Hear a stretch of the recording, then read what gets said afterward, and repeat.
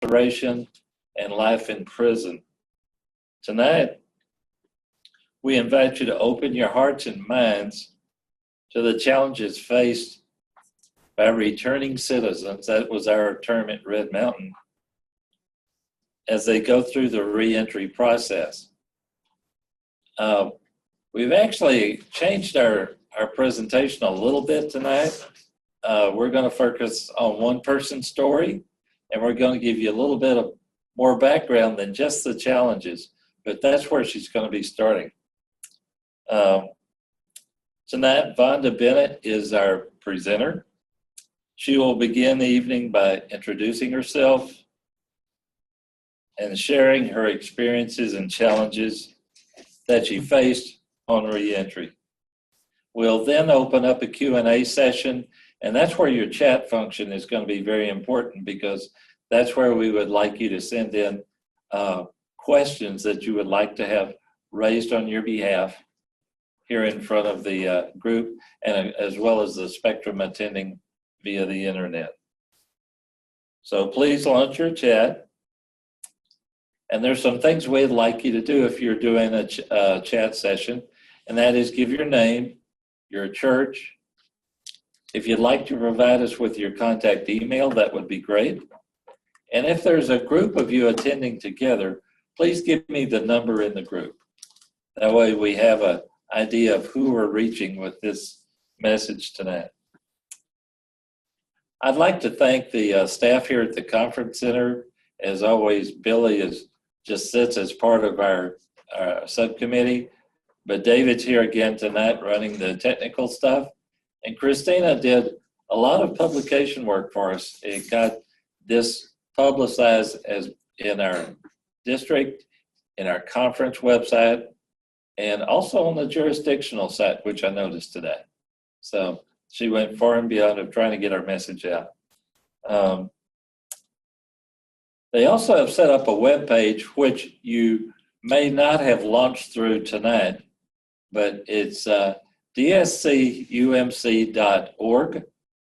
Again, Desert Southwest Conference, dscumc.org/prison-reform. And once you get on that web page, you'll be able to see conversations 1 and 2. You'll see letters that have been previously written by members of our team about why we care about prison. And if you ever wanted to do a study and use all 3 of the conversations as introduction to discussion, those will all be available through that webpage as soon as we film this one tonight. So we want you to be aware it's there. We want you to use it. And we're going to be asking you for feedback on how you would like us to move this into next year, the next term, and see what we could talk about next year. Who we could bring to the table to give you more insight. Before I introduce Vonda, if you would, let's open with a word of prayer. God of creation, God of unending love, create in us a clean heart, one open to the cries of your children. Your presence with us helps us to hear Vonda's message. Sharpen her words so that we can better understand the challenges and the roles that we can and need to play in the overall prison environment. It is in Jesus' name that we pray. Amen. And I'd like to introduce Vonda, and if you would, come on up. Thank you for being with us tonight. Thank you. It's my pleasure. Be seated as you're comfortable. And I've asked Vonda to start with giving just a short idea of the challenges she faced during that immediate period on release. And then she's going to expand back and give us some background on that. Thank you, Vonda. You're welcome. Okay, guys, my name is Vonda Bennett, and I'm going to share my experience, strength, and hope with you tonight. The day of release. It starts the day before. Your anxiety level is high. You have no idea what you're going to get into. You're hoping somebody will pick you up at the gate. And you're hoping that all the challenges that you think that you have, that you don't even know you have yet, are going to be met. So I did, personally, a whole lot of talking to God. That morning, it seems like it takes forever for them to say, Bennett, roll it up. You're getting released today. And I got there, and I made it to the gate. And the Matthew 26:36 ministry, along with another organization, came and they picked me up. I had no one else, no family in the state, nobody to be there for me. During the Matthew 26 ministry that I got involved in, I had a wonderful lady who was my pen pal. She turned out to be more of a mentor and a spiritual guider to help prepare me for the challenges that I was going to get on the outside. Her with this other organization provided a bus pass. I was really worried about how I was going to get around. And I'm coming out into a city that I know nothing about. You have to establish an identity because while you're in prison, you're nothing but a number. You have no ID. You don't even know what your name is. When you're born with a birth certificate. My birth name was Vonda Ruth Walker. Then you get married, and my name became Vonda Ruth Bennett. Then I went to prison, and I'm inmate Bennett 25197. And that was my name for 5.5 years. I had no clue on where to begin. Where am I going to get the $12 for an ID? It costs $12 to get an ID. I'm coming out with a box that has my name and my inmate number on it. And in that box was nothing really but all of my letters for the past 18 months from my pen pal and some hate mail from my family. This is what I came out with. So when they picked me up at the gate, they provided clothing, 2 weeks worth of groceries for me, a bus pass to be able to get established back into society, and they provided transportation to the sobriety home, the transition house that I was accepted to and approved by parole to be at. That's how my first day went. They decided, she asked me the question, the whole time you're in prison, you think about what you're going to eat the first day when you get out. And I had all of these thoughts. I wanted a steak, I wanted mashed potatoes, I wanted this, I wanted ice cream. You don't get ice cream in prison. So I had all of these thoughts all through my prison incarceration of what I was going to get when I got out. Well, the day I got out, I was so overwhelmed with seeing paint on the color of vehicles, seeing people walk down the street in real clothing because my whole surrounding had been nothing but women in orange. I didn't know what I wanted to eat at that particular moment. And we ended up eating KFC chicken, and I couldn't eat all of it because this 3-piece meal was way too much food compared to what I was used to. Your stomach adapts to your portions. There are not big portions in prison. It's survival is how they feed you. So as my day moved forward, we had to go to parole. There was an error in parole. Somewhere down the line, they had no paperwork on me. The parole officer that I was supposed to see wasn't there, but I had to report into parole for 24 hours. And this is when I realized something. My mentor stood up because this officer's saying, well, you're just going to have to come back because we don't know who you are, da-da-da-da-da. And I accepted that. I accepted that as an okay answer, even though the consequences were if I didn't report into parole in 24 hours, I was going to be violated. But because I had been told what to do and was not able to advocate for myself for so long, my mentor stepped up and the other lady that she was with from the other program stepped up and they talked to the officer. And it was a simple, I'm sure she can see somebody else today till her parole officer gets here. So that way she has a check-in. Where I just left crying and throwing a fit because I didn't know what to do or how to handle this situation. That was a real blessing. That's my day of getting released. Then they got me to the sobriety house. And I had all of this wonderful stuff right down to hygiene that I didn't know what to do with. It took me forever to unpack because I didn't understand what this stuff was. We had 3 simple outfits. We had 1 brand new pair of underwear and 2 previously used underwear that were issued to us in prison. And here I am, I have 5 outfits, brand new outfits, and some used stuff, and a little suitcase, and perfume. Wow, what is that? I'd forgotten what that was. So all of these things come together, and then the next day I have to go get an ID. And I was able to get a voucher for that from St. Vincent de Paul's to help me with that so I could establish an identity. And then I had to go get signed up at some organizations to where I have something coming in so I can have some substantial medical. Medical is very important when you get started because you don't get good medical in prison at all. And I have some mental health issues that I need to address on the outside world. So that was very important to go get signed up for state services.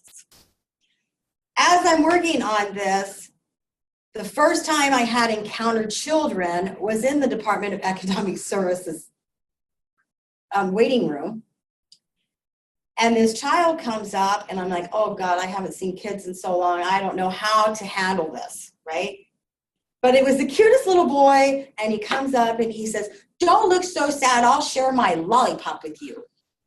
And I just sat there and cried because I didn't know how to handle that situation of being around public, getting on and off the bus, having to ask the bus drivers, I know nothing of Phoenix. I think I'm on the right bus, am I? And a couple of times I wasn't on the right bus. I was on the right bus, but going the wrong direction.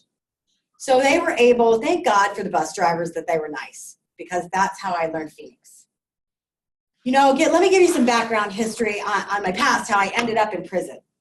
Society has labeled me a drug addict and a convict, and I will probably carry that label in society's eyes for the rest of my life.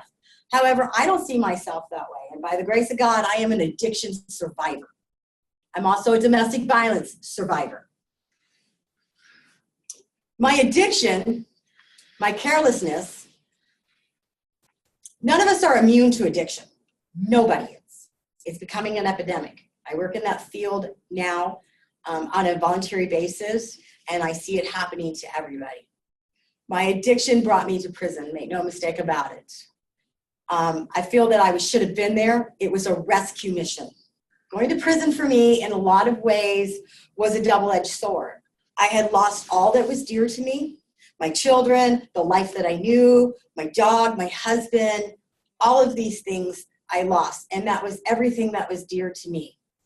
But in losing that, I lost the chaos of the addiction, the chaos of the false sanity. I only thought that I had it together. I thought that living in a dilapidated mobile home and paying somebody to live there was a great idea because it was cheap. No, that's not a great idea. I thought that doing drugs and staying up for 48 hours and going to work and speeding through my work duties was making me productive at my job. Needless to say, I didn't keep very well good employment. And I didn't understand when they said, well, you know, some days you work really good, but we need consistency from you and we're not getting that, so we're going to have to let you go. What do you mean you're not getting consistency from me? I show up all the time. But you can't do a good work performance on things if you haven't slept in 48 hours and you're doing a line in the morning to go to work. Yeah, but I thought I had it all together. I thought that when family members came to me and told me, you know, we really think that your drug use and your alcohol use are really out of control, we don't see you being productive, I thought they were jealous of all that I had. I had a beat-up truck, a drug problem, and no money, but they were jealous of all that I had. These are the things that I thought. I thought that I had it all together. I didn't have any sanity, and I didn't regain my sanity until I went to prison. I prayed myself into prison. I didn't realize it at the time, but I did pray myself into prison. It was midnight, and my husband didn't come back with my truck and my drugs. So I went after him, hitchhiking, 40 miles. I thought that this was the same thing to do. On my way up this mountain, because now I'm walking, the ride only went so far, I stopped on this rock and I said, you know, God, I surrender. I'm tired of this life. I want to be a protective mother. I want to be a good wife to my husband, and I'm not. I want to have my teeth fixed. I want to have a better education. I want to have healthy boundaries with the people that are not good for me in my life. Now, remember, I prayed for this. 17 days later, God sent me to prison.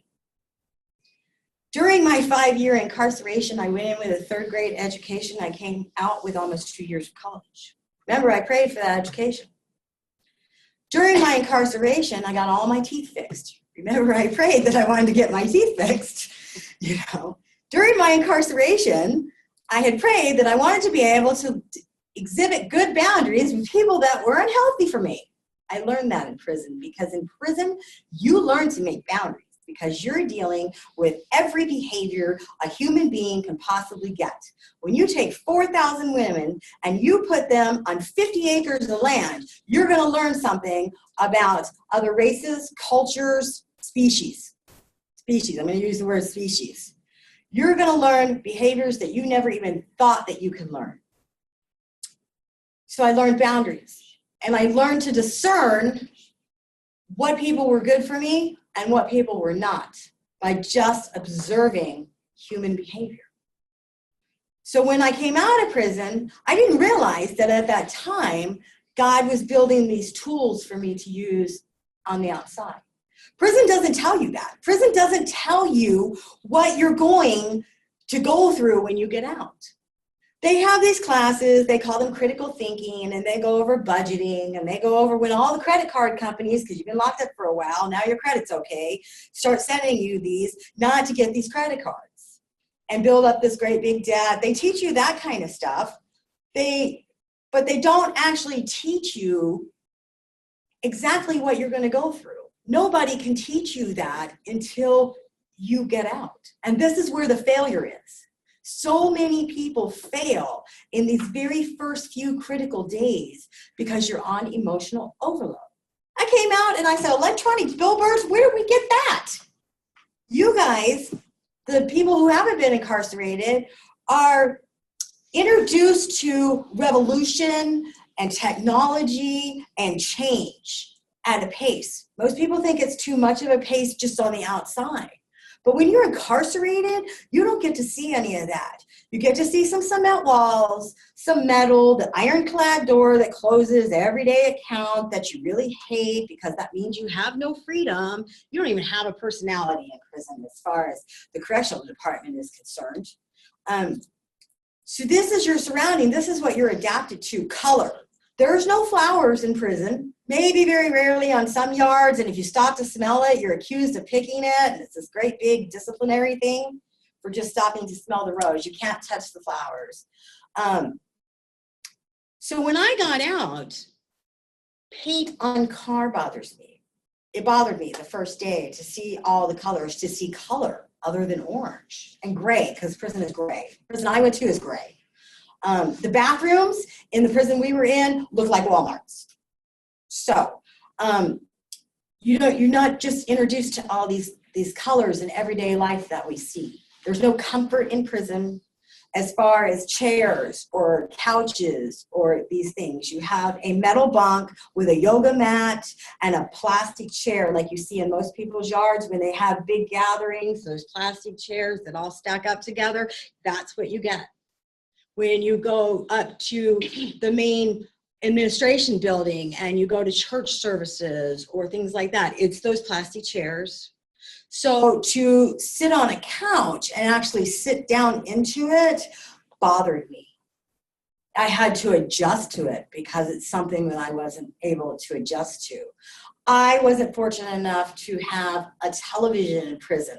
You have individual televisions for individual inmates with these earbuds. I never had a television. I just couldn't come up with the $300 for the 29-inch TV that they give you. So watching television to this day, and I've been out almost 2 years, I have to get up and leave sometimes because it's an anxiety moment from not being exposed to that. By the grace of God, so that I wasn't so overwhelmed, because now I've gone to prison. I've gotten some Jesus Foundation. I've gotten involved in the Matthew 26 ministry through Red Mountain Methodist Church. I've got a mentor.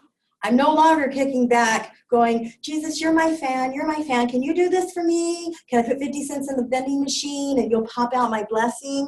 I did that before I actually got a relationship with Jesus.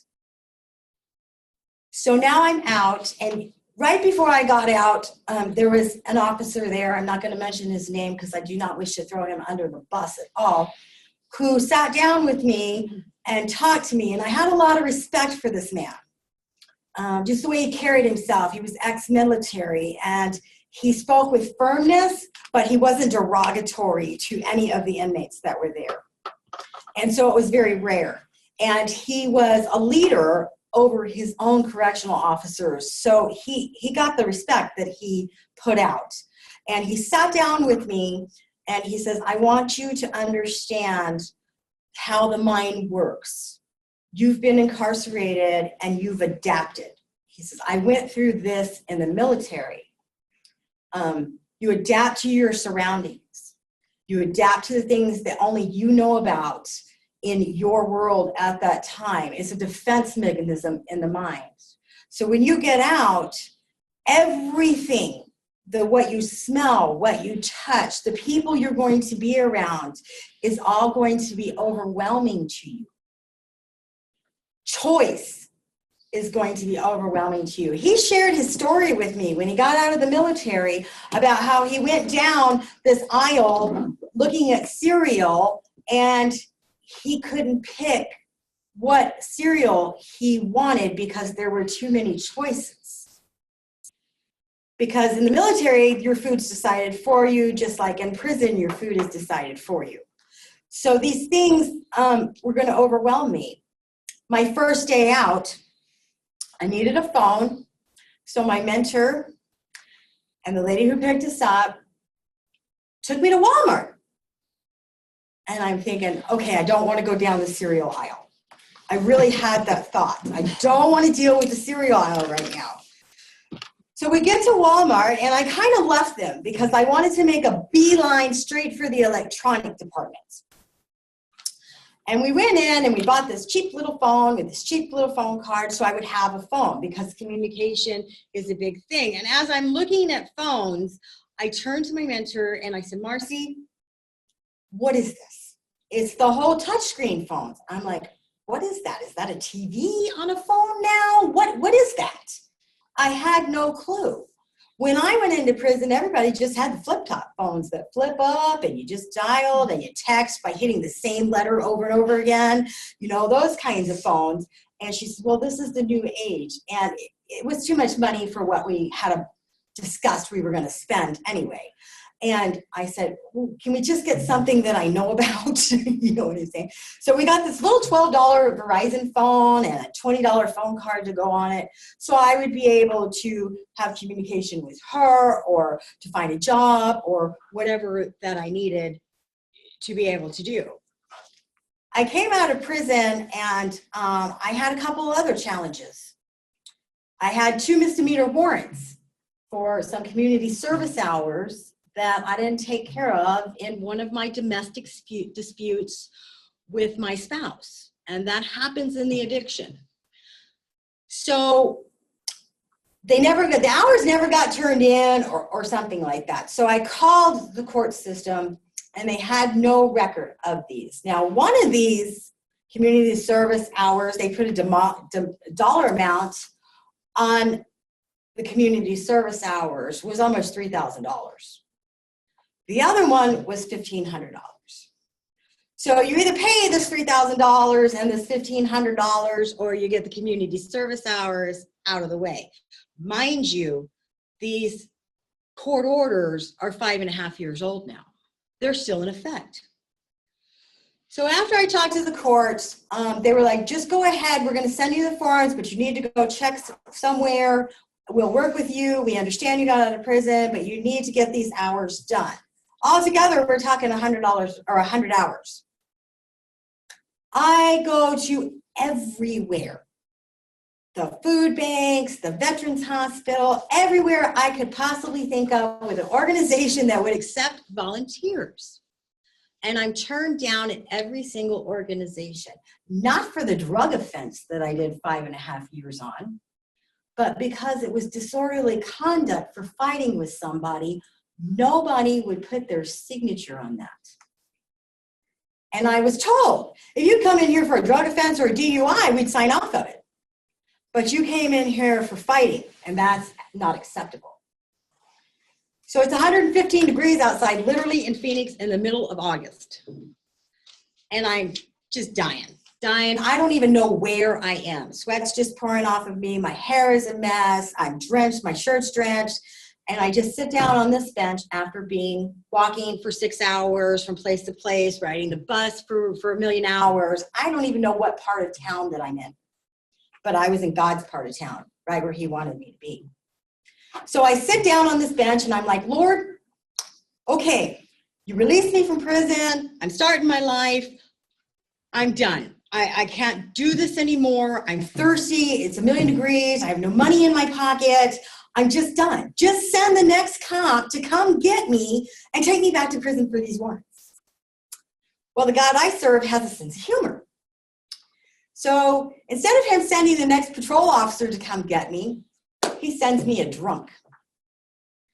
And she sits down next to me and she goes, how you doing? I'm an alcoholic. Shows me her beer. And I'm thinking in my head, I'm like, God, I do not want to minister to this lady right now. I don't have it in me.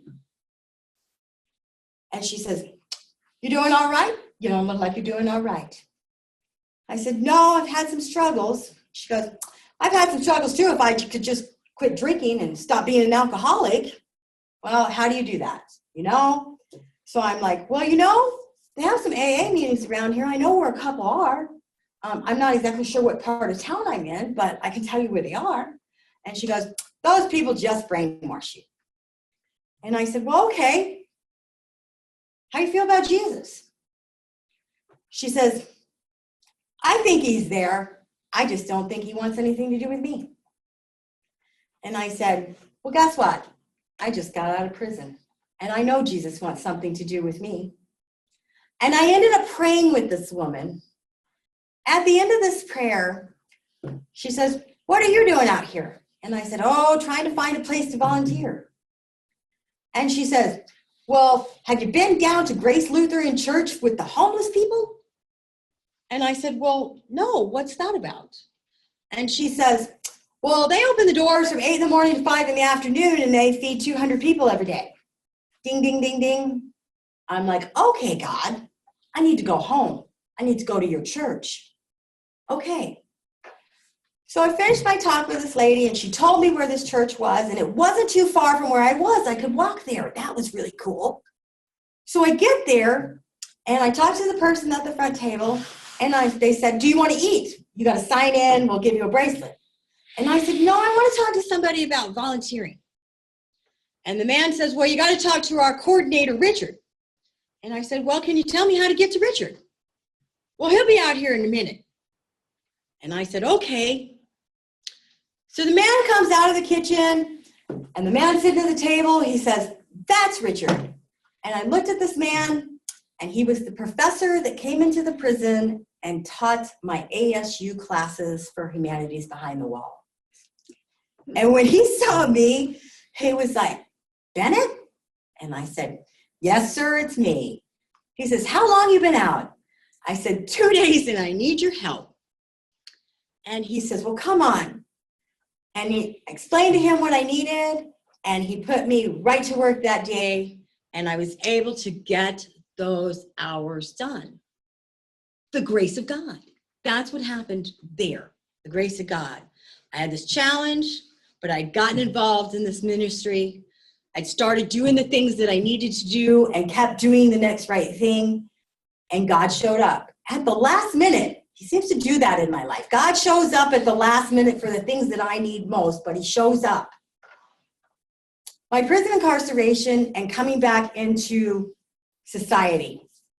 My biggest challenge has been developing relationships with my children. I did a lot of damage in my addiction. There are some children that are starting to talk to me after my 2 years incarceration. I broke their trust. They trusted me to take care of them, to guide them into healthy lives. And even though I was there and I was present, I still spent a lot of my time working, chasing dope, because the addiction takes you over. It justifies all of your thinking to be wrapped around it. It is Satan's enemy. Satan, everything that we learn in the Bible talks about Satan coming in to kill, steal, and destroy. And he's so cunning about it that if you don't have the right tools of Jesus and recovery beforehand, you're going to fall right into it, and you never even know you have a drug problem. Right up to the day that I got incarcerated, I swore up and down I didn't have a drug problem. I didn't deserve to be here. I didn't deserve incarceration. And then when I got to prison, and the first time I laughed so hard over this littlest thing, I realized God gave me this revelation. I hadn't had joy or laughter in my life for years. Years. A real, not drug-induced laugh. So I started laughing about everything. I think I learned every prison joke that there was just so I could go tell somebody, just so I could have that feeling, that new intoxication of laughter. Because I had lost all that. I had lost my self-esteem, my self-worth, everything about me and who God raised me up to be that the addiction took from me. It's just like Adam and Eve in the Garden of Eden. People like to say, we're in this place because Eve took the apple, okay? Eve didn't know any better. And she's got this slick guy over here, you ladies know the one, the slick one that always goes, hey, baby, how you doing? Okay, so that's the serpent. That's Satan coming in, And so she got tricked. She got tricked out of her childlike innocence back in the Garden of Eden. I got tricked out of my childlike innocence. I got tricked out of my adult innocence. I got tricked out of being a productive member of society and being fooled to think that I could live this double life, that I could sit there and get high and I could show up at parent-teacher meetings for the kids and nobody that I talked to, as far as the teachers, would go, oh, she showed up. What a great mom. She was high, but that's okay. She showed up. That did not happen. When Vonda showed up for parent-teacher meetings, high, all of a sudden this anonymous CPS report came along. So I quit going to parent-teacher meetings for that reason, because all these teachers are out to get me because they don't like what I have to say, because I don't think that they're teaching my children correctly, because I'm under the influence. Yeah, that's where my thinking was. I should have never went to those meetings high in the first place. I thought by going, it was the right thing to do. But people can tell when you're under the influence. You're the only person that can't. You're the only person that doesn't know that you have a drug problem. Everybody else around you can see it. And you can justify it. And you can come up with so many excuses of why this happened or why that didn't happen. My prayers used to be, Father God, I screwed up. I screwed up and I spent all the house payment on crack. Can you help me rebuild this money so I can make the house payment? And he did. And I would make the house payment. It'd usually be late, but I would make it. But my prayer should have been, thank you, God. Thank you for giving me the air that I breathe today. Thank you for giving me the 7 children that I have that are a blessing. I was so conceited's the wrong word. I was so stuck in my addiction that I didn't take time to realize what a blessing my children were. Was I there for them? Yes. Did I take care of any injury they had? Yes. Did I try to love on them, help them with their homework? I did those things. I didn't do it consistently. You can't be a productive mother and have a drug issue. You can't. You can't be a mom when you want to be a mom. So some of those motherly duties fell on my oldest son. Some of those motherly duties fell on my oldest daughter, probably too much, because I was trying to manage a job, manage a drug addiction, manage a household and a husband's wants and needs as well. And it got overwhelming. So a lot of things fell on my oldest children. They have, and their feelings are justified to have some resentment against me towards that. However, I can't do anything about that. I cannot do anything about what happened. Nobody has a perfect childhood. And if you have a perfect childhood, I want to meet your mom and dad because they can teach me something. Here I am today. I show up today. I show up sober. I show up consistent. That's been one of my biggest challenges. Another biggest challenge that I had was trying to keep up with the wants and demands of the transition house and the wants and demands of parole, and trying to pay rent at this transition house. Because if you get thrown out of this transition house for not paying rent, it violates your parole. And if you can't keep a job because you got all these classes and meetings to go to, because it gets away in your job, then you can't pay rent. It's this whole double-edged cycle sword of destruction. So when I got into that jam, and I did get into that jam, and nearly every woman, man coming out of incarceration, going into a transition house, gets into that jam at one point or another. You have all these classes that you have to attend. You got an employer. An employer is not going to go, okay, first of all, you're amazing if you get a job because you're a felon. So somebody hires you for that. They're looking at it like, well, you're a felon. I hired you. I need you to be here, and I need you to be here all day. I don't care if you got a parole class at 3 o'clock, you know? And so you end up losing that job and finding another job because you have to keep up with these classes, because then if you lose the job, parole's on you because they want their parole fees. The sobriety house is on you because they want their fees for their rent. And you still have to go to these classes, and now you're out job hunting again. It's a vicious cycle, and that leads back to failure. People give up on that. Again, God's grace had moved upon me and got me involved in the Matthew 26:36 program. When I got into that particular situation, the Matthew 26:36 program understood that. They paid the 2 weeks worth of rent twice on my sobriety home, so I could keep up with the parole classes that I had to go to, so I could keep up with the requirements of the sobriety house. Most sobriety houses want you to attend 5 AA meetings a week. You're on a curfew at 6 o'clock if your fees aren't paid.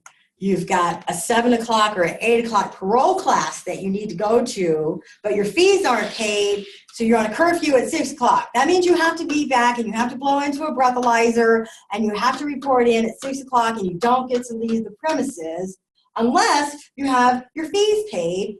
So you need to keep those up so you can do the 7 o'clock mandatory parole class that you got, so you don't get violated and go back to prison. These are challenges. These are huge challenges that I see people fail all the time, because the parole officer doesn't care that you have a curfew at the sobriety house, and the sobriety house doesn't care that you have to do this class for parole. They want their fees.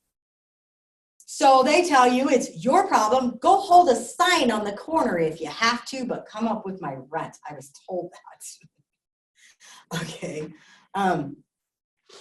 In order to make the 7 o'clock class. So God gave me grace. God's given me grace. God gave me favor and grace on my brow all through this. It was all a divine connection. From the time that I said the prayer to the night that I was pulled over and I was arrested, one of the officers pulled me off to the side, and I had the nicest roadside stop interrogation anybody could ever have. And at the end of that, he was like, we've been watching you. We've been following you for a while. We know that you're not this huge dealer. We know that. So we really need you to take accountability for this. And I did, because the young man that was with me didn't do drugs, and he was my daughter's boyfriend. So I took all responsibility for the $30 worth of methamphetamine that bought me 5.5 years in prison that night. And I told him everything and took accountability that night, cut and dry. I had no idea they were going to give me 5.5 years in prison. I'd never been in trouble before in my entire life. I thought we're looking at probation and rehab. No, that didn't happen. They said, do not pass go, do not collect $200. You're going to prison. That officer prayed with me that night. Said he'd been following me, knows that I had been attending church, told me the church that I had been attending. Remember, I said I was a fan of Jesus. I was the person that sat up front, and I sat there. I didn't get up and praise God, but I sat there. I took the children to church. It was about the children. It wasn't really about me going to church, but I believed in Jesus because he came through when I needed money for bills, or this happened, or that happened. He never answered the prayer, God, just make my husband die in his sleep. I don't want to deal with this anymore. He didn't answer that one, but he did answer a lot of other prayers. So this man prayed with me. He prayed with me, and that doesn't happen. When do cops pray with convicts? You know, it didn't happen. It doesn't happen. So I went to prison and I served my term and I got out. This is supposed to be about struggles that we as returning citizens, I love that term. I love that term that Red Mountain uses because it doesn't label us as drug addicts and convicts. I say that. I say that a lot when I speak in the recovery rooms. My name is Vonda, and today I'm a drug addict and a convict, but I'm also an addiction survivor, and this is how it's done. You know, a lot of people who get out of incarceration only do what they have to do till they're off parole, and then go back into their old places, their old playgrounds, all of that stuff that's just going to get them in trouble again. And why? Because they didn't have anybody on the inside to start talking to them about Jesus and how to live productively. I didn't know how to live. All I knew is that I had to get up in the morning, get the kids to school, I had to go to work. As soon as I got off of work, I had to go by the dope man's house so I could go home, so I could get high, so I could have a peaceful evening with the kids. I cooked dinner while I was high. I put the kids in the bathtub while I was high. I did these things on a daily basis. And that was my life. I didn't know anything about the blessings that come from service work that I know today. I didn't think for 1 minute, if I decided I was going to help somebody, is because I felt sorry for them because they were a drug addict. I was just a recreational drug user. But I did this every single day. But I was just a recreational drug user. So the people that I wanted to help were the people who were starving because they had been up for a week and really looked like crap. So I let them sleep on my couch, not really knowing them, with my children in the house, and thought I was doing something good. I wasn't. I was feeding the addiction because I knew when that person got better, I was going to start charging them rent for being on my couch. And they would have to go give that up in dope. And then I wouldn't have to pay for it. And then I could spend more money on the kids. The sick thinking that we go through, that the addiction plays on us. And nobody's immune from that. Some people, one drink. Some people, one line. Crack. Somebody does one hit of crack, you want another one. That's like chasing a cat with no tail. You're never going to catch. The first high that you had at the beginning of the day is the best high that you're going to get, and you spend all this money all day long trying to recapture that high. It doesn't work, but people do it every day. Why? I don't understand it. Because something here. Most people think addiction starts here. It's not. It's been proven that addiction starts here in the primal instinct of pleasure. Some chemicals cross in the inner part of the back of the neck and the brain. Do some research on it. It's amazing the stuff that they have done with the science and research today. So this is my story. These are the things that happen We all have struggles. Everybody's life coming out of incarceration is different. Everybody needs some kind of guidance. So I encourage you guys to get involved in prison ministry. Get involved, be the pen pal person, because I wouldn't be where I am today without my pen pal, without the guidance of this church, without Jesus being in my life. You know, it's God's job to judge. It's Jesus's job to save. It's our job to help one another. And the Methodist ministry here in Phoenix, Red Mountain Methodist Church, has just been gone and above the call of duty as far as this is concerned. And they contributed, I would say, a good 70% of my life at saving it. I've been out 2 years. I'm a licensed peer support specialist. It's the low-end level of behavioral health care. I'm in school for criminal justice and human services. I do volunteer work with my peer support skills at Grace Lutheran Church and their homeless ministry. Since I've been on board in the homeless ministry, we have put quite a bit of homeless people into programs, sent them home. My very first homeless person that I was working with, I had told him my story, shared my experience with him. Every time I saw him for about 2 months, I would say, hey, Gus, how many days you got? He'd tell me 30, 40, 45. At that 55th day, he came up and he says, I haven't talked to my family in 10 years. Will you call them? And I did. And his daughter answered the phone, and I asked for her name. And I said, well, my name is Vonda Bennett, and I volunteer down here at the church. And I'm sitting right here with your dad. He would like to talk to you. And she screamed so loud, you know where my daddy is? You know where my daddy is. We've been looking for my daddy for 10 years. And I put him on the phone with his daughter, and they talked about an hour, and she sent him a bus ticket to her. And Gus got to go home. And that's what my life is about. That is what my life is about. Vonda, thank you for You're sharing. welcome. You're welcome. Thank you, Vonda.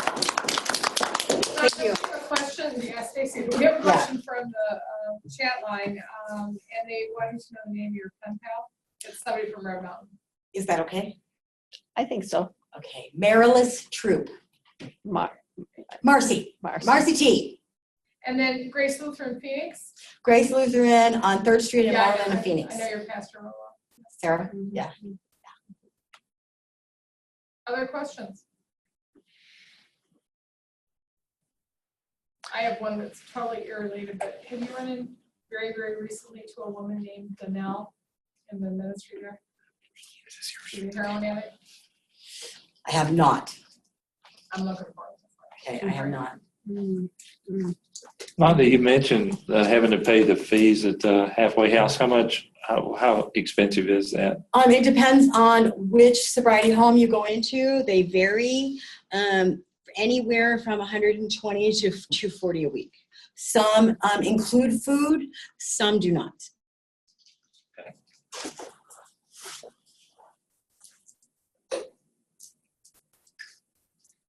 What would you say, Vonda, was the biggest challenge in finding a job when you get out of prison?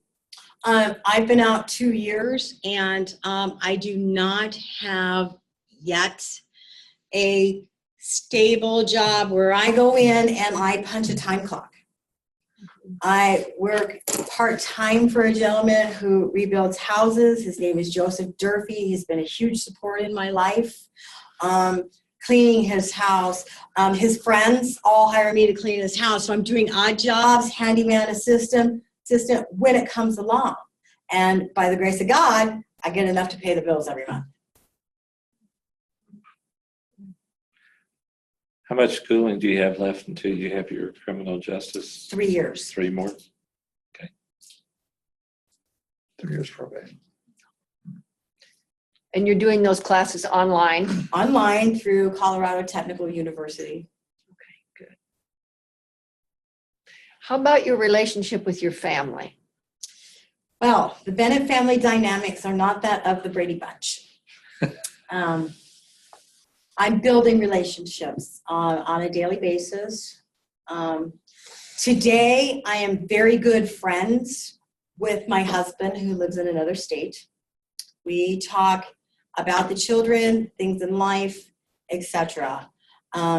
So we have a very good friendship now, which is something we never had before in the past. He's actually a pretty all right guy. My daughter, I have a couple of daughters. I have 3 girls and 4 boys. My oldest son and I are communicating here recently more than what we have been in the past. My daughter in Prescott, she and I are communicating more. My little children who live with their dad, we communicate pretty well. They're 13 and 15, and we always have since I've gotten out, but it's a long distance relationship. They live in another state. And I just feel that God has put me here and wants to keep me here for a long time. So we'll see where that goes, one day at a time, one step at a time. I have another daughter who lives upstate way northern Arizona, who refuses to have anything with me, but it's not just with me, it's with a lot of the family. But I do think that there's some resentment, and her feelings are probably justified. I would just like to know what that is. The puzzlement behind that is she went from writing me every couple of weeks in prison and she was a faithful writer, to all of a sudden nothing. And I don't know what caused that separation right there. And I may never know. And that's okay. That's okay. Time heals all. I believe in that. My children are not dead. You can't make an amends to people that have passed on. So I just keep doing what I do. I put one foot in front of the other, and I trust God that all will work out. There's been some sibling rivalry here lately. They've decided to post that all over Facebook, so it's public knowledge about who used to take care of who, and who did this and who did that, and this one's better than this one, and that one's better than that one. I have a son that lives here in Phoenix who almost has 60 days worth of sobriety. And it's been a battle over the past year. He got out in May of last year to try to keep him at that pace. Some things have happened in his life that were detrimental. And today he's functioning very well. With 60 days, he's never had that much clean time that I know of. And so that's my family dynamics. It's rough. Some people get their children back right away, their husbands back right away, and it's all great. And they go on and live these lives. Some people get everything back too fast, and it's too overwhelming, and they start using again, and then it's all destroyed again. So maybe when I got these healthy relationships back with my family, it'll stay forever. That's how I look at it. My biggest fans are my husband's sisters, that one lives in Missouri and one lives here.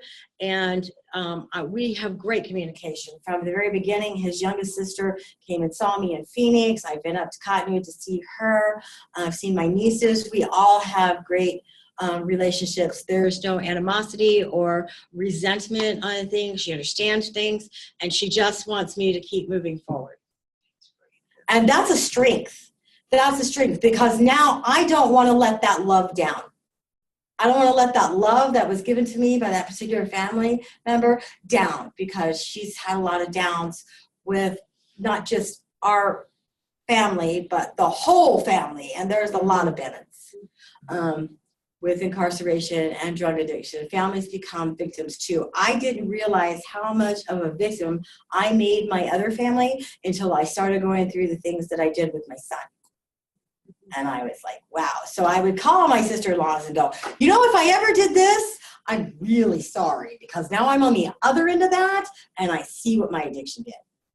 And that's helped strengthen our relationships as well. Thank you. Thank you. Thank you. Any other questions, anybody? Well, just again, Vonda, thank you for being so open with us. Sure. This is what it's about. If this will help save somebody else's life or somebody else's family, I don't want to see. I see a lot of the girls in Perryville come through the homeless line for meals. And then I know a lot of the girls that have gotten into the Matthew 26 program here and a few other biblical. It seems like the biblical programs or the hardcore recovery programs are where you succeed the most. But the ladies who didn't have that opportunity seem to go back to their old playgrounds and whatnot. So I really try to encourage them when I see them.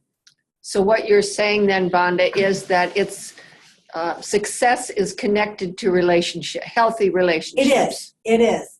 The fact that somebody cares about you. I couldn't believe, Marilyn Troop, my pen pal, my mentor, sometimes she was a mother, and sometimes she can get on me, like a mother, and I needed that. She was my only visitor. I mean, one time my husband brought my 2 youngest children, but she came pretty regularly to see me at the prison, and she wrote faithfully. And her ministry to me brought forth another ministry that I was able to give back to the girls. People would come to my room and they would go, "Did the church lady write you yet? Did she send you any angel stories?" Marcy was famous for sending me these little inspirational stories. And we would go out to church service. Everybody wants to go to church in the summertime because there's no air conditioning in our cells. So when it's church, everybody wants to go up for that hour and a half to be in the air conditioning. And so you've got 50, 60 women in a room smaller than this. We get kind of loud. So one day the officer kept threatening that we weren't going to have church because it was too loud in the administration building. So I had all of this stuff, bookmarks. I had used all of Marcy's inspirational stuff for bookmarks in my Bible. And I said, cool, I'll read this story. And I got up and I read the story and I just kind of did it on my own, and everybody quieted down and they listened to it.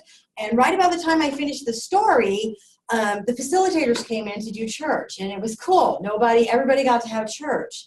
And so that kind of turned into an every week thing for the last 4 months that I was on the yard. I got released from the yard. And I kind of talked to the chaplain about it, because what's the rule on that? Because technically I'm teaching something and inmates aren't allowed to teach other inmates. And just, again, God's grace, using me as a tool to get some messages across to the girls that don't get that, nothing was ever said. It was a blessing.